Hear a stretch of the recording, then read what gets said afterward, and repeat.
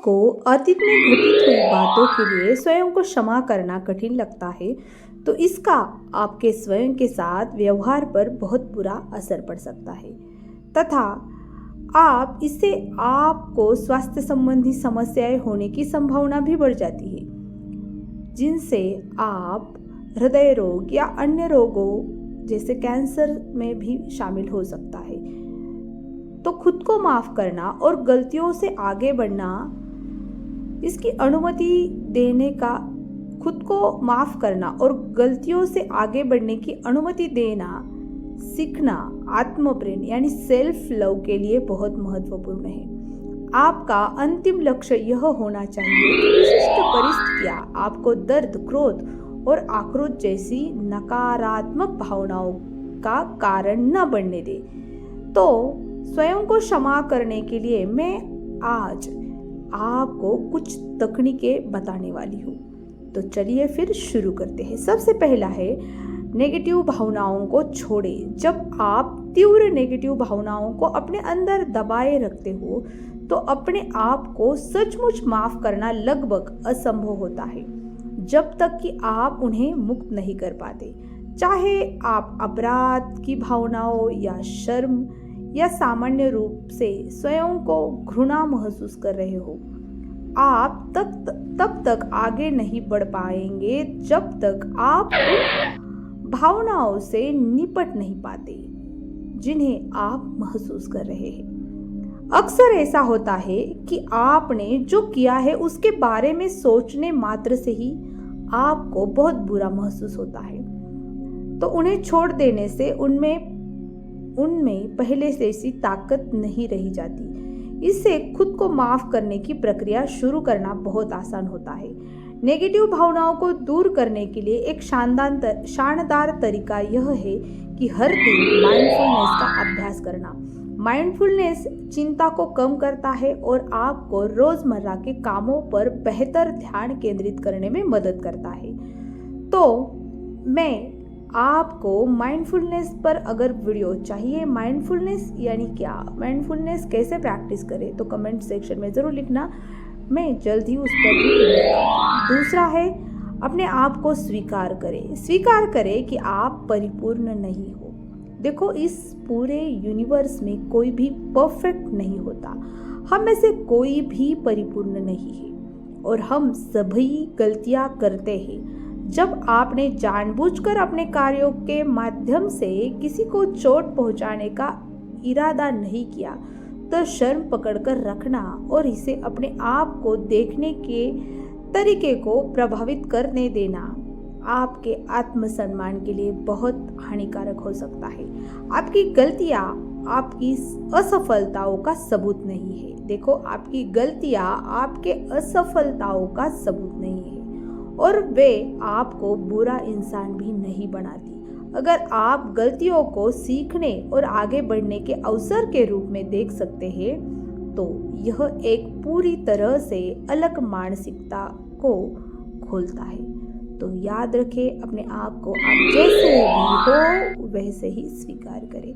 Next है यादों को भूल जाना ठीक है। क्या आप अभी भी अपने दिमाग में जो हुआ उसे दबाए हुए हो और उसे भूल नहीं पा रहे हो? यह एक बड़ा कारण हो सकता है कि आप खुद को माफ करने में संघर्ष कर रहे हो। यह वास्तव में एक पूरी तरह स्वाभाविक प्रतिक्रिया है, क्योंकि हमारा मस्तिष्क हमें बचाने की कोशिश करने के लिए पिछले अनुभवों का उपयोग करने के लिए कठोर है। देखो, हमारा मस्तिष्क हमें बचाने के लिए हमेशा बार बार जो कुछ घटा हुआ है उसे याद दिलाता है, लेकिन हमें इससे कोई फायदा नहीं होता। अपने दिमाग में उस स्थिति को बार बार दोहराना आपके दिमाग को यह विश्वास दिलाता है कि यह फिर से हो रहा है और इससे तनाव की प्रक्रिया और भी ज़्यादा बढ़ती है। इसका अर्थ यह भी है कि आप उस स्थिति के माध्यम से स्वयं को फिर से उसी इमोशंस में ढकेलते हैं। तो बजाय इसके कि आप यह स्वीकार कर ले कि वह घटित हुई है और उससे सीखने का प्रयास करें। यह भूल जाने के बारे में नहीं है कि क्या हुआ, इसके बजाय आपको को स्वीकार करना चाहिए कि आपके कार्यों के परिणाम हो सकते हैं जिसकी वजह से यह घटना हुई, और आपको उन भावनाओं को बढ़ाने की कोई आवश्यकता नहीं है। आपको उसे भूल जाना है। नेक्स्ट है, स्थिति को पलट दे। अगर आपको किसी ऐसी परिस्थिति के बारे में बताया जाए जिसके लिए आप खुद को माफ नहीं कर सकते, तो आप दूसरे व्यक्ति से क्या कहेंगे? संभावना यह है कि आप उन्हें खुद को माफ करने के लिए प्रेरित करेंगे और इसके कुछ भी कारण बताएंगे, और ऐसा कोई कारण नहीं है कि यह आप अपने खुद पर लागू न कर सके। जब भी चीज़ें योजना के अनुसार नहीं होती है तो यह एक अच्छी आदत है। अपने आप को स्वीकार करें। नेक्स्ट है, एक अलग दृष्टिकोण प्राप्त कर ले। किसी आपके बेस्ट फ्रेंड के स्थिति के बारे में बात करने से आपको चीज़ों को लेकर अलग नज़रिया मिल सकता है। देखो, अपने आप के ऊपर जो बात घटी है वो उस फ्रेंड्स के नज़र से देखे जो आपका बेस्ट फ्रेंड है, तो आप कैसे देखेंगे? क्योंकि वे आपके दिमाग में नहीं रहते और आपके जैसे विचारों और भावनाओं से प्रभावित नहीं होते, इसलिए उनके पास उन चीज़ों को देखने के लिए पर्याप्त दूरी होती है जिन्हें आप शायद नहीं देख सकते।